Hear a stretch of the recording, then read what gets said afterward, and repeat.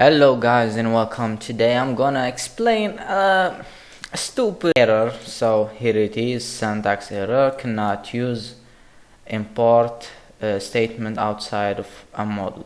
So this is 2022, of course. So the problem it was that this is my code, export function, print, message. So it looks like a good code, So I want to import it in my JS code.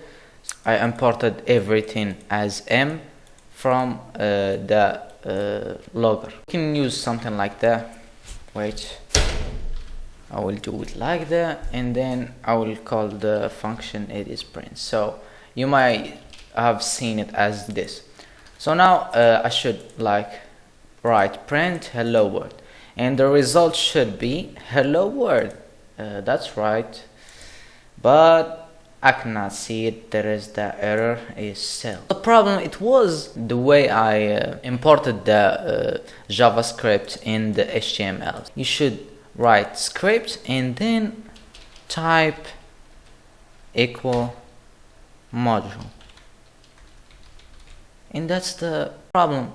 Can you imagine that it took me like 4 hours and 5 hours or more than that to just find the solution to that thing.